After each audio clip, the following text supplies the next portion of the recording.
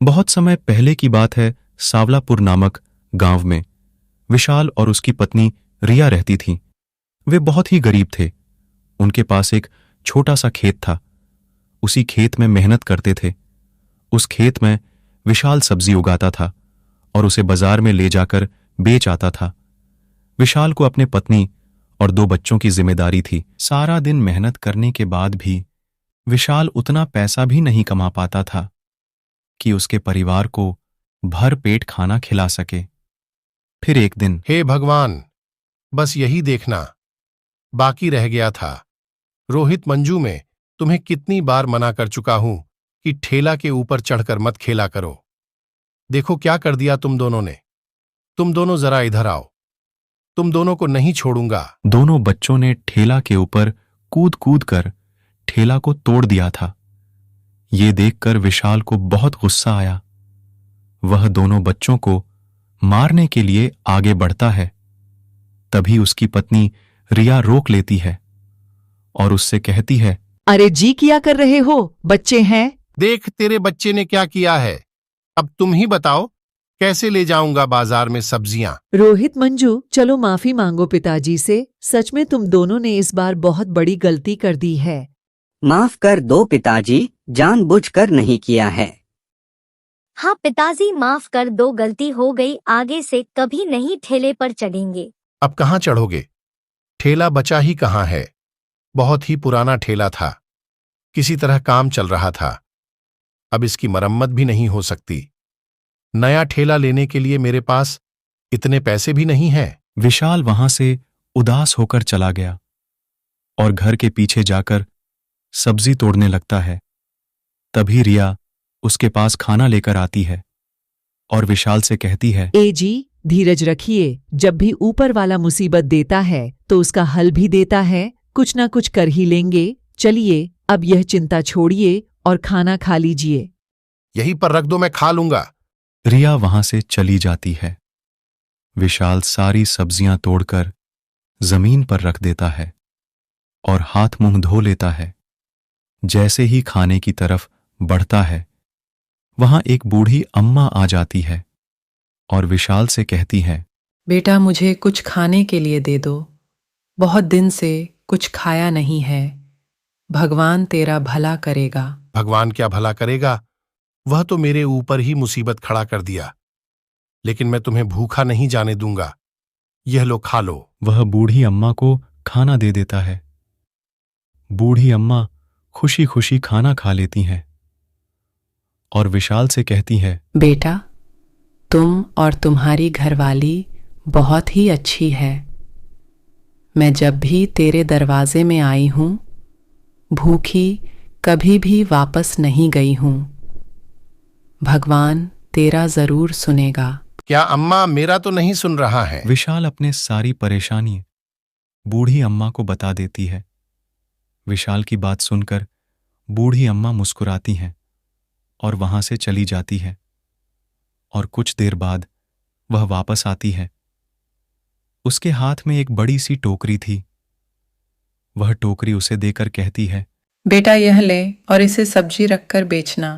पर अम्मा ये कहाँ से लाए? पुरानी टोकरी है, बहुत दिनों से है। मेरे पैरों में जान नहीं कि मैं इसे इस्तेमाल कर सकूं। पर इतना याद रखना बेटा, इस टोकरी में टोक लग जाएगी। जब तुम्हारे मन में लालच आए तो। बहुत बहुत शुक्रिया अम्मा। तुम नहीं जानती कि तुमने कितनी बड़ी मदद की है। बड़ी अम्मा उसके सर पर हाथ रखकर आशीर्वाद देती हैं और वहां से चली जाती है। विशाल सारे सब्जियां उस टोकरी में रख लेता है। फिर उस टोकरी को सर पर रखकर बाजार ले जाता है और उसी दिन विशाल की सब्जियां बहुत तेजी से बिक रही थीं। उसे हर तरफ से ग्राहकों ने उसे घेर लिया था कि अजीब बात थी। ढेर सारे सब्जियां बेचने के बाद भी शाम को विशाल की टोकरी सब्जियां से भरी थीं। यह देखकर विशाल को आंखों पर विश्वास नहीं हो रहा था। है तो यह क्या? मैं कब से सब्जियां बेच रहा हूं, खत्म ही क्यों नहीं हो रहा है? कहीं यह सपना तो नहीं? विशाल अपनी जेब में तुरंत हाथ डालता है। उसकी जेब पैसों से भरी थी जो वह सारा दिन सब्जियां बेचकर कमाए थे। हे भगवान, यह क्या जादू है? विशाल ने टोकरी उठाई और घर की तरफ चल दिए। रास्ते में कई लोगों ने रोका और सब्जी भी लिया, लेकिन विशाल घर पहुंचकर देखा कि उसकी टोकरी सब्जियों से भरी थी। विशाल हैरान था और टोकरी को घूरे जा रहा था।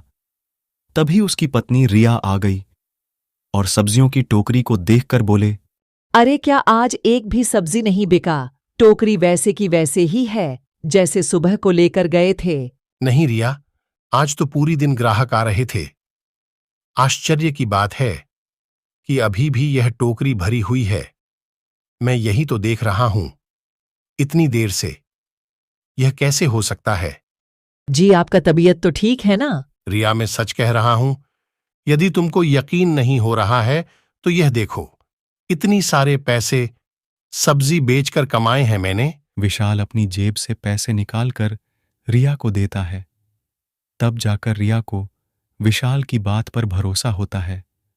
वह विशाल से कहती है, देखा जी, मैं कहती थी भगवान हमारी मदद जरूर करेंगे, तभी तो बूढ़ी अम्मा को मदद करने के लिए भेजा था। मुझे तो पूरा विश्वास है ये टोकरी जादुई है रिया। मुझे भी यही लगता है। चलो तो फिर हम दोनों मिलकर यह टोकरी खाली करते हैं। विशाल और रिया उस टोकरी से सब्जियां बाहर निकालने लगे, लेकिन उन्होंने महसूस किया जैसे ही एक सब्जी बाहर निकालते हैं तो दूसरी सब्जी वापस आ जाती है। वह टोकरी में से सब्जी निकालते गए, सब्जी अपने आप बढ़ती गई। ऐसे ही कई घंटे बीत गई। विशाल की घर में हर तरफ सब्जियों की ढेर लग गई। तब विशाल अपनी पत्नी से कहती है, वाह रिया, अपनी तो किस्मत खुल गई। यह टोकरी तो सचमुच की जादुई है रिया। हाँ, या ठेला क्या चीज है, अब जो चाहिए वह खरीद सकते हैं। विशाल के पास बेचने के लिए बहुत सारे सब्जियां थीं। वह गांव की दुकानदारों को सब्जियां बेच देता था और वह लोग खुद ही विशाल के घर से सब्जी जाकर ले आते थे। इस तरह विशाल की सारी मुसीबतें एक जादुई टोकरी ने हल कर दीं।